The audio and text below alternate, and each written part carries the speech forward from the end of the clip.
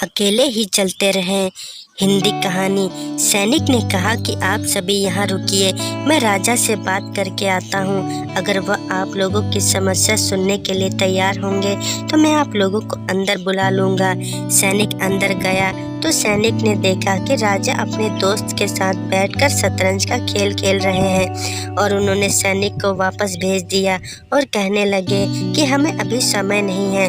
उन्हें कहना कि वह कुछ देर बाद यहाँ पर आए, तभी मैं बात कर पाऊंगा। सैनिक बाहर आया और सभी लोगों से कहने लगा कि राजा के पास आपसे मिलने का समय नहीं है। सभी लोग यह बात सुनकर बहुत ही नाराज हो गए।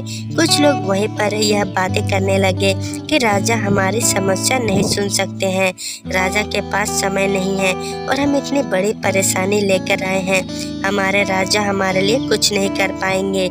इस तरह की बातें करते हुए गाँव वाले वहीं पर खड़े रहे और राजा से मिलने का इंतजार करने लगे। काफी समय बीत गया तो राजा ने कहा कि उन्हें अंदर बुलाओ। राजा ने कहा कि अपनी समस्या बताइए।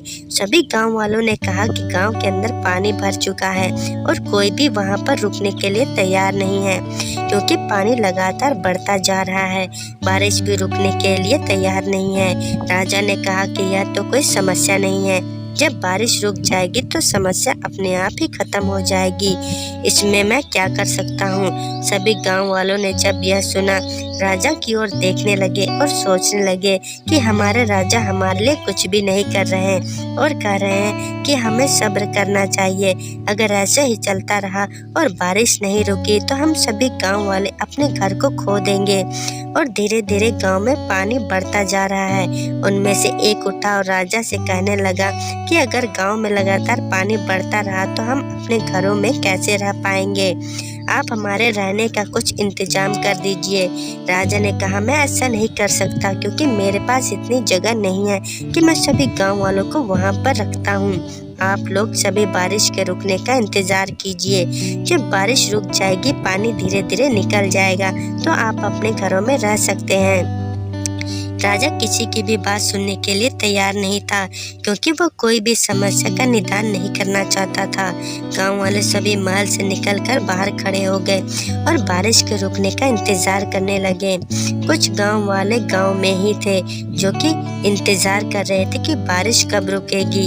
आखिरकार कुछ समय बाद बारिश धीरे धीरे कम होने लगी और कुछ देर बाद ही बारिश रुक गई। बारिश के रुकने के साथ ही एकदम से सूरज निकल आया और सूरज के किरणों को देखकर सभी लोग खुश हो गए, क्योंकि पानी धीरे धीरे नीचे चला जाएगा।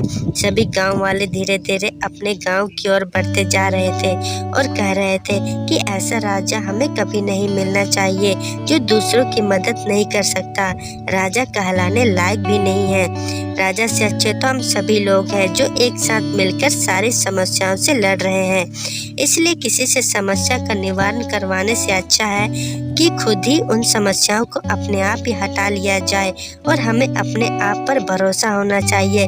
अगर हम अपने आप पर भरोसा करेंगे तो सभी काम आसानी से कर पाएंगे।